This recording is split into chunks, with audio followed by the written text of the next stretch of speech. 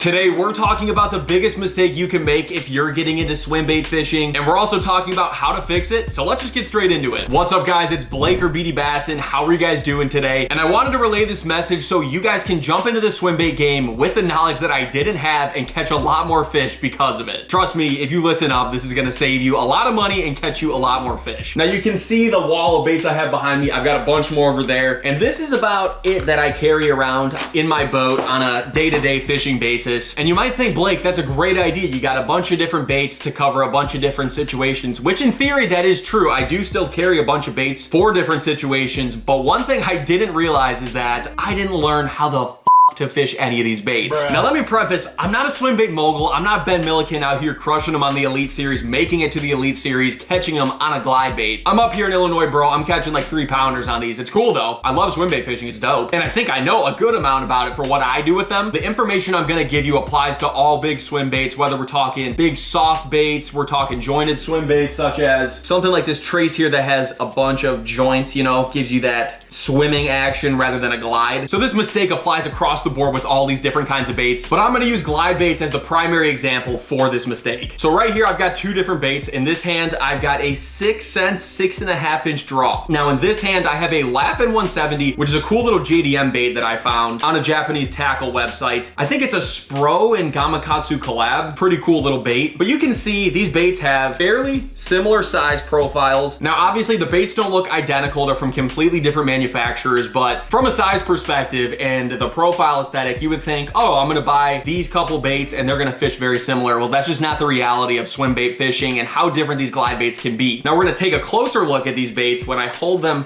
just like this, and you can see with that Laughing 170, the angle is just so much more significant. You can see you got damn near a probably 70-degree angle on that joint. And on this bait here, you're probably getting about 35, 40 degrees. There's just a lot less angle to this joint on this draw. Don't get it twisted, they'll both catch fish, but in completely different situations. And that's something that I think a lot of anglers make a mistake when they go and start swim bait fishing. They see profiles, they see baits that look super cool to them. However, they don't realize that these baits are completely crafted for different situations and they're not created equally. Now, first off, let's look at this Laughing again. You got this significant joint angle, and what that's gonna do is allow that bait to have a much better chop. So you're gonna work this bait a lot quicker, and it's gonna give you more of that side-to-side quick chopping action, especially when bass are like chasing bait, or if you're trying to hang it around cover, which is my favorite way to fish it. But this bait's gonna hang a lot more. With each twitch, you're not gonna be coming closer to you as much or as wide of a glide. You're looking more of a stationary chop, chop, chop. Very aggressive, but not moving too quickly towards you. You can really hang it when you're fishing around docks, you're fishing around a laydown, you want that bait to marinate on. When you've got a fish following it, you can, you know, really manipulate that bait better, get a more of a reaction bite out of them. But we jump over to something like this draw. Now, like I said, the joint isn't as significant. You've got much less of an angle there with that bait. Now, I'd refer to a bait in this category as an S-glide. Last bait, I refer to that as a chop glide. So this bait, I'm gonna be working a lot slower when I fish it. I'm gonna be fishing a lot more methodical, and that bait's gonna have a much wider glide that comes out a lot more, as that bait that I showed you previously is gonna stay a lot more stationary. You can either fish it on a straight retrieve where it just slowly moves in and out, or I like to manipulate it a little more with pauses where that bait will really glide outwards. And this bait's actually named the draw for a reason. It's used to draw fish in. It's really good for covering water, and what you're gonna notice with a bait like this when you're covering water is you're gonna have a lot of followers. Just fish see this types of baits like this and they can't help but follow it. But these baits, a lot more graceful, a lot more predictable, just kind of a fluid motion for the most part. Covering water, just completely different categories, each of these baits. Now, when I wanted to start swim bait fishing, I went out and spent probably like $300-400 on a bunch of different baits, more so budget baits that are around, you know, like 18 to 20 bucks or so.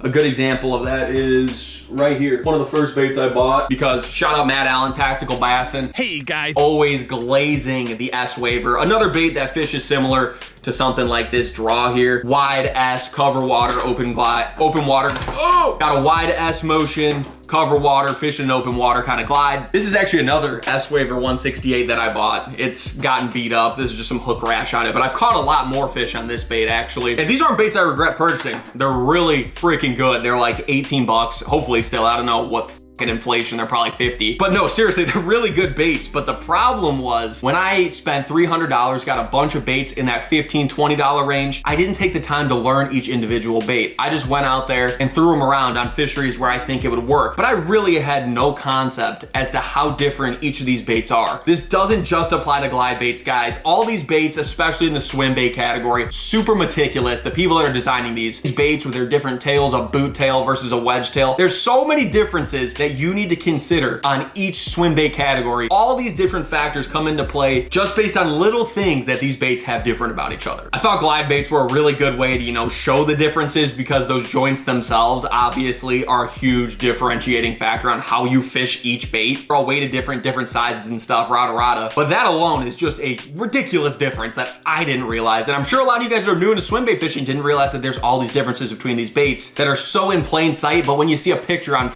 in Tackle Warehouse, it just looks like another gas looking bait, like a cool, this is a great freaking bass pattern, but it doesn't really show you what you're getting out of each bait. Now, granted, maybe I'm an idiot too, didn't do enough research. It is what it is. I wanted to share this with you guys for you guys to apply this. If you're getting into swim bait fishing, you're about to go try and spend a bag on a bunch of swim baits. Don't do it. Get a few, learn how to fish them. I'd recommend looking for a good S glide, looking for a good chop glide. Start from there. Unless you got money like Elon or something, don't go do it.